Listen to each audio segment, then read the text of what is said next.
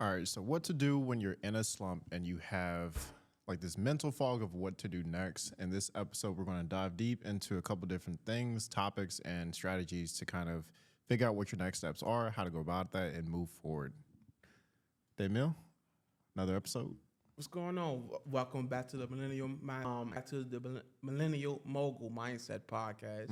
And yes, we're just gonna have an episode of us just talking about just how do we get out of a mental funk that we each and every one of us have go through every now and again. Yeah, so let's first go into like how we came across this subject. Okay.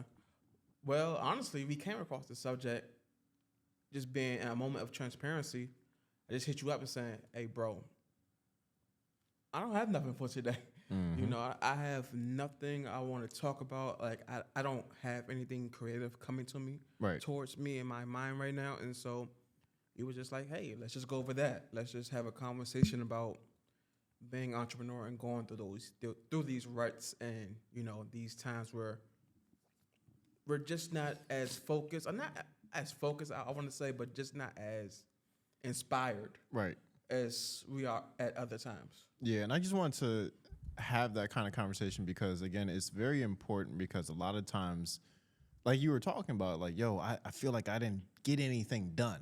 Right. But then when you looked at the stuff that you were actually tracking and you realize, like, oh, damn, I got a lot done, it just doesn't feel that way. And I think a lot of entrepreneurs go through that same thing where they're just like, look, I feel as though I'm not getting anything done or I'm not getting the steps in place and the reps in place that I want to get done. What do I do next? Right.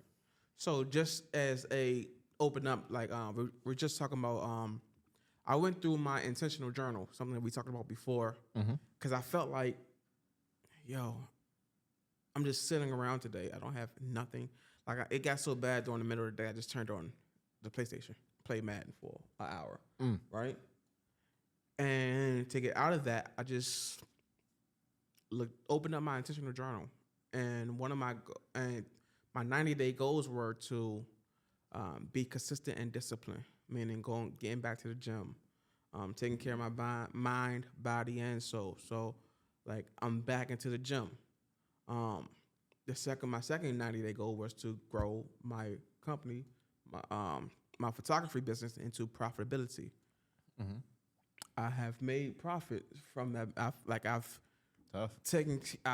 did the steps that I was trying to do to get to profitability, and you know, it's not where I want to be, but we've made profit so far. And so, like 60% of my 90-day goals were accomplished. Right. You know, so that's just something just to touch on what we were just discussing. Yeah, and I think that's, like I said, it's a really important part in discussions because, again, when you have that entrepreneurial mindset, you're always running at 1,000,000 miles an hour. Right. And then when you don't have that flow to stay at 1,000,000 miles an hour, like I had a friend, he was like, Alex, you're so used to running at 200 miles an hour that when you let your foot off the gas, you're still going 160 miles an hour.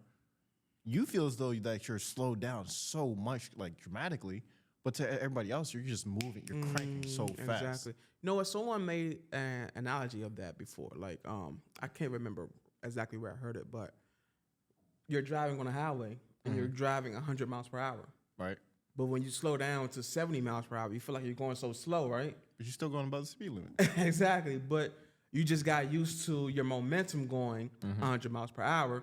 So now 70 miles per hour seems maybe like 30. Right. You know, so that's kind of like where we're at right now. Yeah. And I think a lot of people experience that when they're just either getting their foot off the ground or, you know, they're getting some kind of traction and they're just like, what's next? Right. So let's talk about that. What is next? So in my opinion, you can give your opinion as well.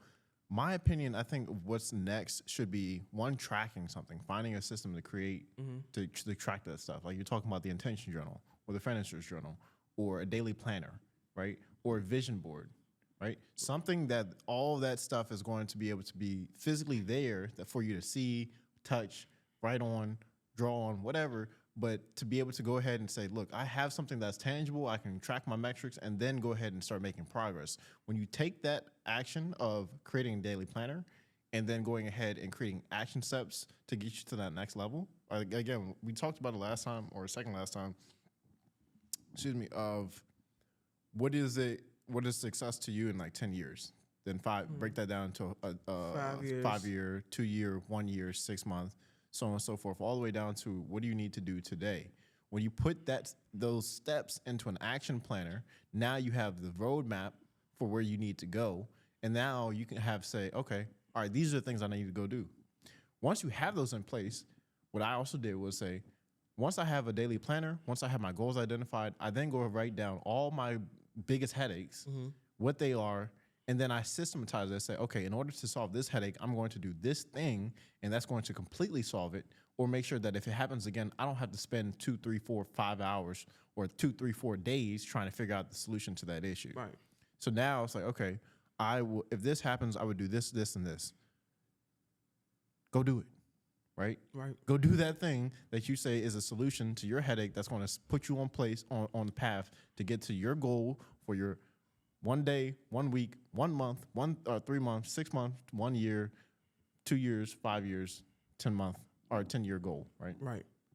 I think for me, when you say what's next is, like you said, systematize everything. And sticking to that system. Like, don't just write it down. Like, stick to it. And this is one of the things that I'm still growing into, because I can write something down, but it's sticking to that. Like, for example, if I say I'm going to wake up at 4:45 a.m. Every morning, can't hit that snooze button. That's the tough part. You know, right? And it is the tough part, because when you wake up at 4:45, especially on days like when you're like, it's dark. Yeah, it's dark. And like for me, for example, like I have a job where I don't work every day. So on those days where I'm not have to be at my job, it's like I'm waking up. Like, why am I waking up at 4:45? But it's the discipline to say, hey, this is a goal or routine that you stated that you wanted, right? And so the job is to be consistent. If you're gonna do it, be consistent, be disciplined with it. And so, yeah, like I said, if you're gonna write it down, do it, right? And don't just write it down, because everyone writes down stuff. But like we said, like not many people have the fortitude to stick with it. Yeah, I'm actually experiencing that right now with like the whole social media stuff. Right. Because last time I tried it, I was in Puerto Rico for a month. I was like, all right, every day for 30 days, I'm gonna get content. Right. 2-3 times a day. I'm gonna blow up my Instagram and really take off. Right. Day 14, I was like, bro, I can't. Like I had the ideas because it was ChatGPT, but then life took over. Right. Right. And now I'm like, all right, cool. I have X, Y, Z to do in life. ChatGPT is like simplifying my life. I just got to do the work. Right. That's the tough part, is doing the work consistently. Anybody can start. That's why Planet Fitness and all the gyms say, join today, January 1st for $1. Because they're betting on you to not be there on February 1st. And they're like, all right, bet we got our money. Yeah, exactly. Same thing for March. Same thing for and then they make it impossible for you to quit. You're locked into the contract. You're locked into the contract, and that's what happens in life. It's like, all right, cool. The things that you would need for social media, you're going to need a Dropbox for all your files. You're going to need, this subscription for your captions and your editing. You need this subscription, that subscription. And you get all these subscriptions, right? And I'm only saying this from experience, because this past couple months since I came back from Puerto Rico, it has been me cutting the fat on a lot of stuff, because I started so much, and I'm like, yo, I got all these subscriptions. All right. And you're committed to it, and then you're just like, I don't want this no more. Exactly. That's something that would creep up on you, like all the subscriptions that we use, that we don't use, that we lock ourselves into. Have you tried like a content calendar? Yes. Okay. How's that going? How did that go? So actually, just I'm going back and forth on which one I want to use, because right now I've been using ChatGPT to like create one each and every day, and I just like upload my stats. Like, all right, I have this many engaged followers and audience and yada yada. And then I seen one. I actually meant to tell you about this. It was basically you go on Quora.com, which is Quora. Okay. right? It's kind of like an ask.com kind of thing. Okay. But you go on Quora and you type in a subject, right? Once you type in that subject, let's say cybersecurity, podcasting, whatever, on the left-hand side, there's a certain categories. One of those categories says questions, and then that'll show you the top questions related to that thing. Okay. So now, all right, cool, boom. You go into there, you see all the top questions, you create a spreadsheet, and you say, all right, here's my subcategory, right, which is podcasting or whatever. Right. Excuse me. So podcasting is my subcategory. Here's all the questions that I have. Here's the days that I posted them on, right, in another column. And then the fourth column is basically saying, what's my viewership count? Right. So once you go in there and you do the content for 30 days, because there's 30 questions, and you just address each one every day, right? Now you go in there and say, okay, out of the 30 days, these are my top ones. Right. That had the highest view count. Once you go in there and select the ones that have the highest view count, now you can go in and start expanding on each of those topics and stuff. Okay.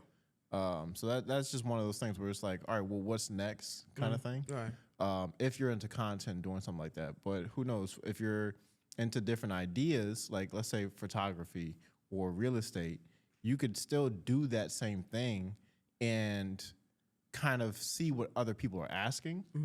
And now you can basically become an expert in that field by understanding what are the top questions, and you can address them. So if you're a real estate agent, this is going to be gold.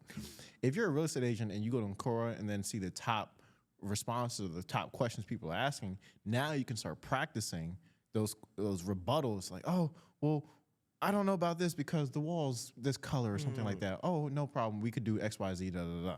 Right. And then you start tracking that stuff. Again, going back to the whole tracking thing, what I forget what the saying is. It's something about if you can track it and measure it, or if you can measure it, you can track it or whatever. Right. But you have to get to a point where you track and measure your goals and your outputs. That way you know what to start attacking. That's, again, going back to the question of like, what's next? That's how you start figuring out what's next. What are you lacking in? Okay. All right. So now that we got what's next, let's tackle on like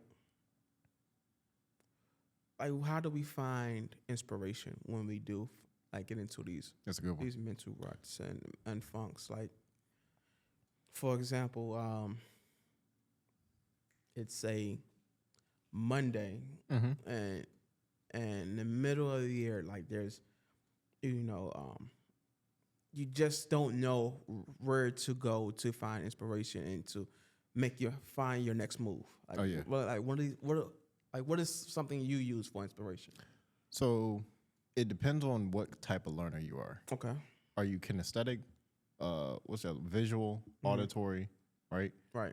So now, depending on which one you are, will help you understand where you need to go. If you're kinesthetic, look up on meetup.com, Eventbrite, Facebook, look up local meetups and go to the event.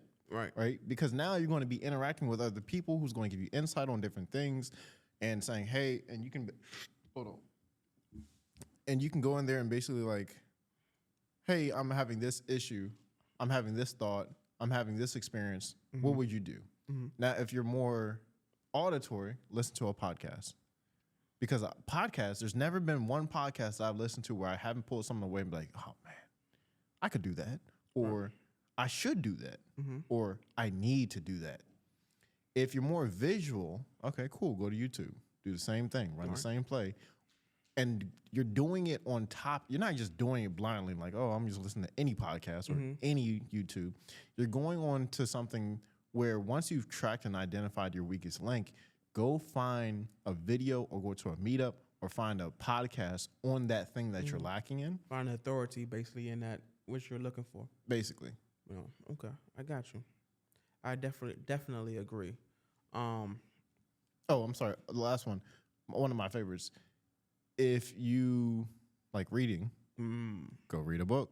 Read a book. Because a book's going to give you the ultimate clarity because it's going to put you in that mindset. You can even do Audible, right? Ebooks. It's going to give you that ultimate clarity on exactly that topic because that book is specifically on that topic the mindset, and they're set up in certain flows and certain ways that get you and they hook you. Right. In the beginning, it's about building the rapport with that person. Hey, this is my story. This is what I went through. These are the things that I accomplished. You know, this is what I thought was going to happen. Here's the actual outcome, and here's what I learned from it. All right, cool. Now I'm gonna teach you the steps of what I learned and how you can do it yourself. Gotcha. And once you get to that point, now that's your next steps. Right. That's your inspiration, because it's like, yes, finally something. This is the answer that I've been looking for that I didn't even know I was asking. Okay, so what would you say to people though that say you don't need inspiration? Like if you're an entrepreneur, like your goal should be inspiration enough, you know, to stay disciplined or to stay, you know, just Motivated. Yeah, motivated. I say that that's BS, because it's like, yes, you can have a goal, but if your goal is money, you're not going to stay motivated for very long, because if you don't get it, then you're not going to stay motivated. Right. You have to have a higher purpose, but you have to have that understand your why.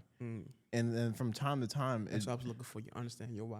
Yeah, because at time to time, there's going to be times where you lose focus of your why, and you have to have that inspiration to go back to it, because no one's perfect. We're not computers. We can't just keep at one task nonstop all the time for, you know, eternity. Right.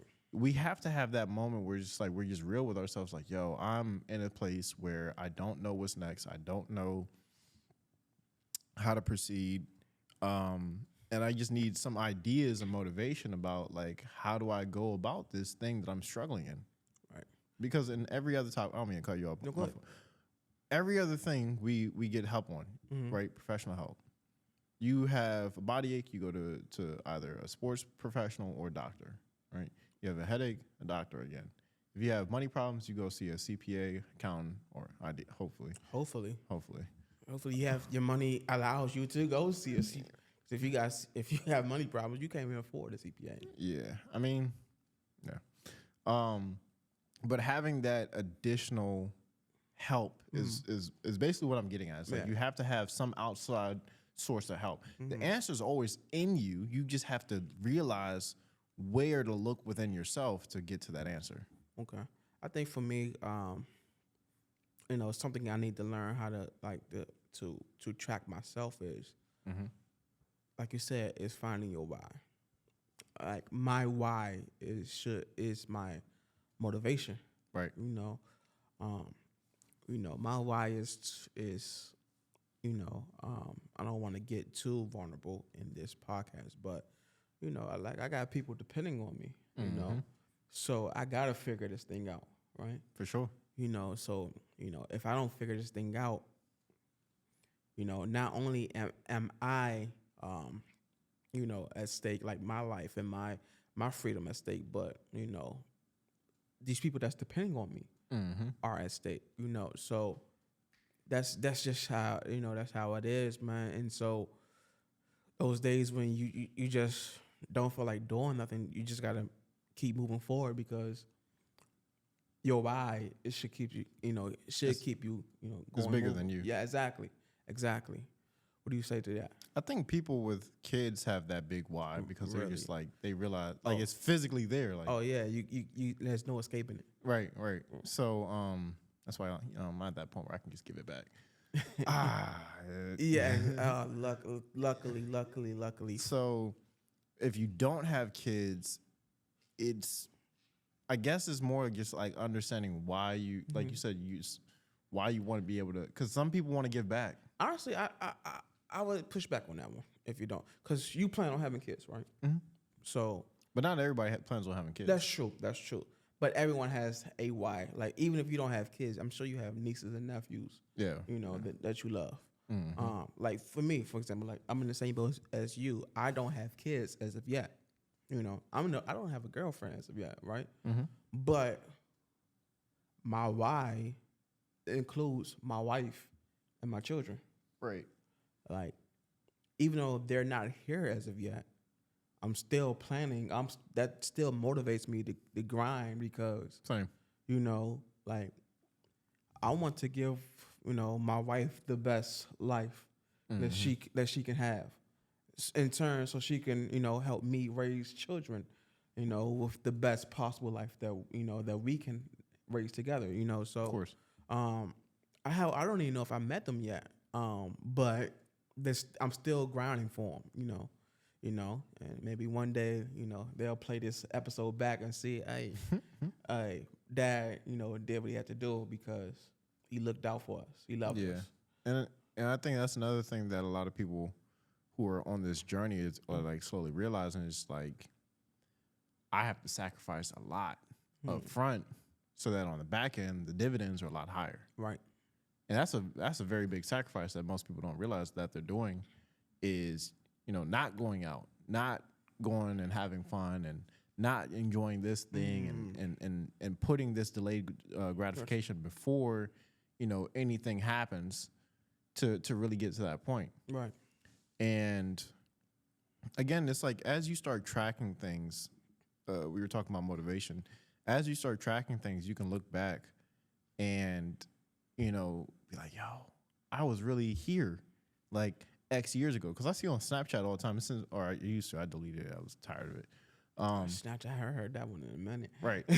But the one thing I did like about it is that it would always give notification like, yo, do you remember where you were at 2 years ago, 5 years ago? I'm like, what was I doing 5 years ago? And I go look and I was, BSing, doing some stuff, car clubs and just messing around and stuff. But to have that, to look back on those moments, again, it's like, that can also be motivation because who knows, if you don't have kids, you might want to mentor one day. You might want to coach. You might want to give back to the community. You might want to give back in some sense.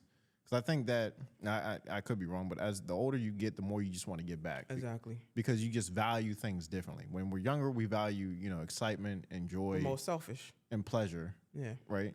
More than anything else. As we start getting older, we enjoy seeing other family members, may not be everybody, but other family members or people that loved ones receiving satisfaction and joy from your hard work and benefits. Because it's like, okay, it's bigger than me.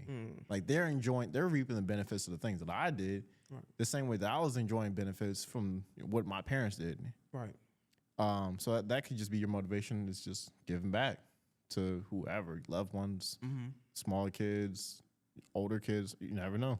That's true. Okay. All right. Cool. So let's move on from motivation.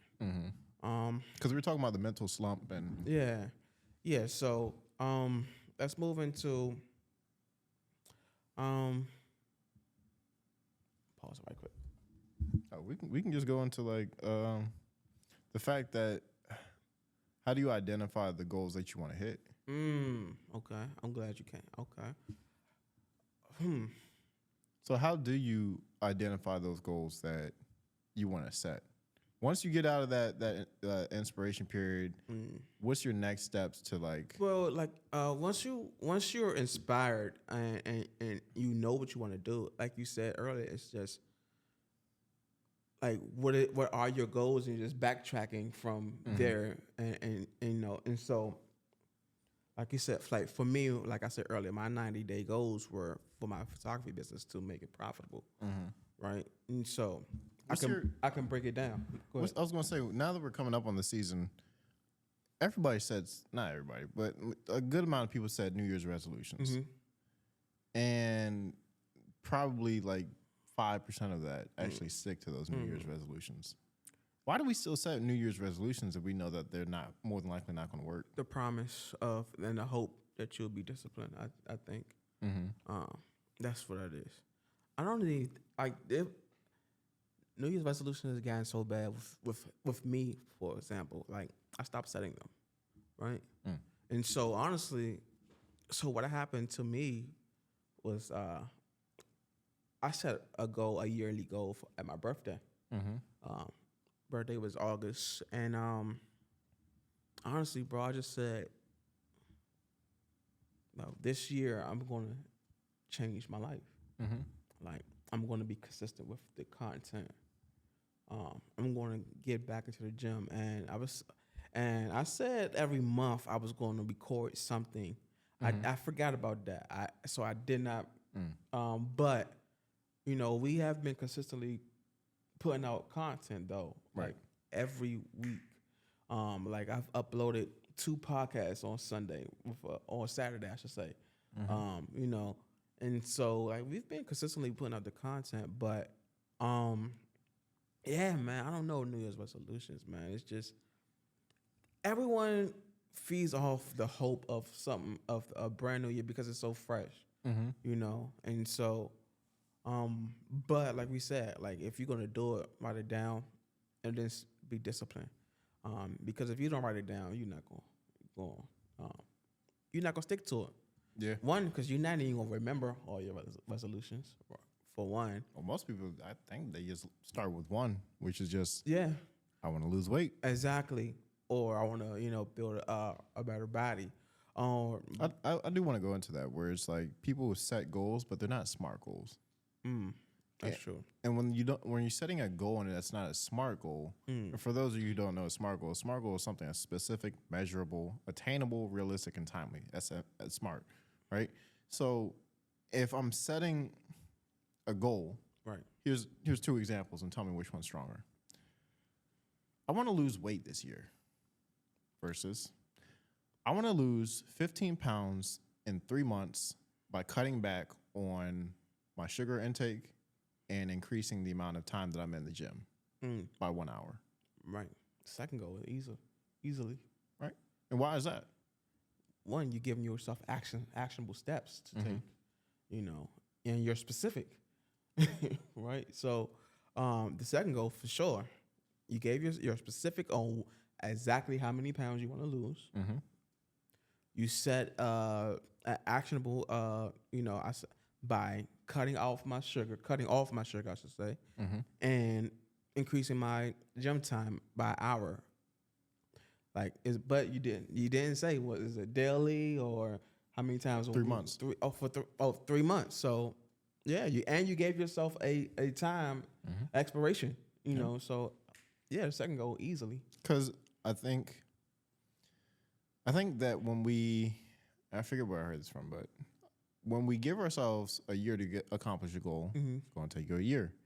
But if you give yourself 6 months, well, it's going to take 6 months. But if you give yourself a month and it's like, all right, I need to get this down. Can't procrastinate, right? You ever seen a bride trying to fit into her wedding dress and she knows she's on a time clock? I have not seen it besides in the movies, but I have heard it. Yeah. Right. They get it done though. Right. I mean, of course. Right. And that's the thing is like that level of discipline is what we can put. Imagine if you put that level of discipline 3 to 4 times a year. Right. It ain't got to be every day cranking out, like I'm like always trying to do something. Right. But imagine you did that 3 to 4 times a year. Right. How much would you get accomplished is the question. I can give you another example. Go to that trip, that to the Caribbean place, you want to have the best body you have. Go 3 to 4 times a year. I was telling my best friend, I was like, yo, look, your body was the best when you were getting ready for that trip. Right? And I noticed this with a lot of people, guys and girls, is that you either let yourself go, you lack discipline because there's no timeline. When we're in school, the timeline is, all right, you better study for this test, you better study for this quiz, you better study for whatever because you have X amount of time to get it done. And like, what do? You start crunching, right? And you condition your body and mind to get it done on a timely manner. Now, of course, people do procrastinate. I was one of those people. Professional procrastinator. This is what college is. Still recovering. But you're still that timeline is that hard deadline where it's like, nah, I need to get results. Need to happen. Whether I get a C or a B or an A, irrelevant. As long as I get some progress towards that goal that I'm setting, that's straight. So you're basically saying it's the process is what counts, not the result. I think the action within the process leads to the result. Okay. Or I'm sorry, hold on. You said it better than I could. The action within the process over a given consistent time leads to the result. Gotcha. That was a bar. That was a bar. You gonna clip that up? Clip that up. That's for TikTok right there. Well, 30 minutes. So when you are consistent with your actions to lead to the result, it's because you're consistently chipping away at the stepping stones or the action steps that need to happen, right? Because your goal is timely, it's measurable. You're measuring the thing and saying, all right, well, if I need to lose 15 pounds in 3 months, I need to lose, a half pound or whatever the conversion rate is. 15 pounds, 5 pounds a month. All right. So I need to be counting my calories. It's about It's about a little bit over a pound a week. You need to be losing. Right. Yeah. 1 point. I don't know what that math 1.3, 1.25. Who's counting? Yeah. Right. School. Exactly. We're not there anymore. Yeah. So, I'm in the school of life. Okay. Like I'm always studying. Because I even had that feeling this morning. I'm just like, what's next? I also say this. I think that you should give yourself that time to just sit in silence and think. Because there's always just so much noise around you that in distractions. Like, prime example, the reason we're here in this recording scenario that we're in now in a different background is because the background that we had was noisy. Right. And we had to physically remove ourselves to focus and lock in. Could we have done it with the background noise? Yeah, of course. You got Adobe Podcast. I would have edited that out easily, right? No question. But it's like, no, you have to remove yourself from those noisy situations.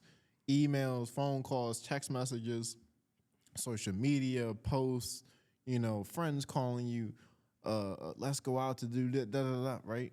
Right. You got all these distractions happening and you're not focused on your goal and you're trying to focus on your goal, but you can't because there's just so much in the background. Yeah. Man.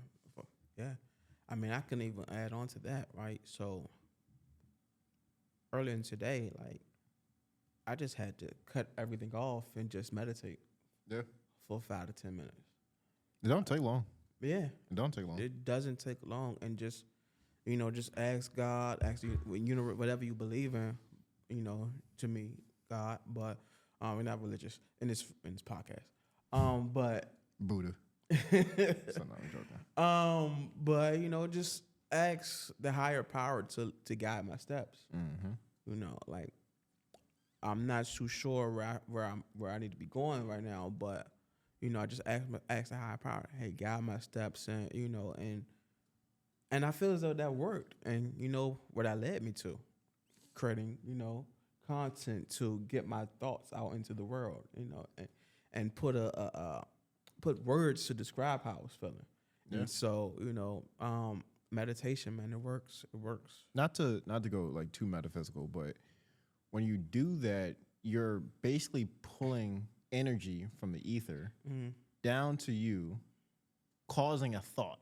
And when a thought happens, chemistry happens because now the brain starts releasing certain chemicals in the brain to start doing certain things, right? Which becomes now manifestations. Now you're manifesting by doing the action. And that's how you turn thought into action, because you're basically thinking, what should be done, right? How do I go about this thing? How can I see this from a different perspective? What should I be looking for, right? And you're elevating yourself to a higher frequency because you're like, at this low frequency that I'm at, this low vibration that I'm at, I don't see enough down here. I need to remove that fog and get to a higher level, a higher mental clarity, a higher mental vibration, right? Right. To now start thinking at a higher level.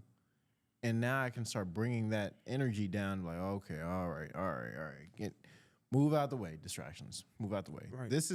I can see where I need to go. And now you start pulling that information in. It's like, okay, now you start bringing your RAS back into place, the reticular activating system. And for those of you who don't know, reticular activating system is kind of like if you ever bought a car or if you ever just started thinking about something, now all of a sudden you start seeing it all the different places. It was always there. It was always in front of you, But now you're removing the noise around that thing, and you can see it. Right. Makes sense. So, yeah, just like again, start having that clarity, that time to just focus, remove the distractions, sit, read, listen to podcasts, meditate, do what you got to do. But I like doing it in the morning. I haven't done it in like past week and a half, 2 weeks, or a couple weeks, because I've been on audiobooks. And I noticed that with audiobooks, I'm like, I'm not about to get up early to do this. But it also happens every year. Like wintertime, when it's dark out, when it's cold out, you don't feel like getting up early because there's no sunlight. Yeah. Right. I'll tell you one thing I'm actually about to do is there's a sunset lamp. Right. Right. And it basically mimics the colors of a sunset. And so what I'm going to do is I'm going to have a timer, plug that into the timer, plug it into the wall. There might be a better way of doing this, but at certain times, let's say 5 in the morning, if that's when I want to get up, all right, cool. That's what I'm going to set the timer to. So now when 5 o'clock hits, the room is lit up and it looks like the sun's rising in the room. So I'm creating artificial light within my room to trick my mind to be like, all right, it's time to go. Like this is already 10 o'clock. Right. So that by the time I knock out my day, I go to the gym, I read my book, I do this, do that. You know, I've gotten, I could do an hour of studying, I could do an hour of working out, right? And it's only 7 o'clock. I'm the type of person that can take a nap, 45 minutes, I'm good, right? Not normal, but well, that's not normal. Not normal. But if you get up at 4, right? And you need a 2-hour nap, all right, cool. Think about it this way. I'm only speaking for myself. Put yourself in my shoes. I get more sleep than the average person, right? Right. I also have more results than the average person. Bar. Because I take more risk than the average person. But taking more risk does not mean you'll automatically get more results. It's just I do it in a structured way to lead to those results. And it's like, well, how do you do that? Because if I wake up at 5, I work out at from 5 to like 6, right? I got a gym in my apartment, so it's a little bit easier, a lot easier, right? So I work out 5:15 to 6, boom, shower, whatever. I can read and then take a nap for an hour, right? So now I already got like my 6 hours of sleep plus another hour of sleep. So now I'm at 7 hours of sleep, right? Now, midday, 2 o'clock happens. I can, my lunch break, I just go take another nap. Just reset real quick, because most times you're going to eat throughout your day anyway. You're going to eat a little snack throughout your day anyway, on the job. Right. So it's like, instead of eating one big lunch and then getting tired, I just like kind of like eat off my lunch throughout, that 12 to 2 period. So by the time I go for my lunch break, I can just go take a quick nap, and now I got 8 hours of sleep. That's a real tricky way to get your 8 hours of sleep.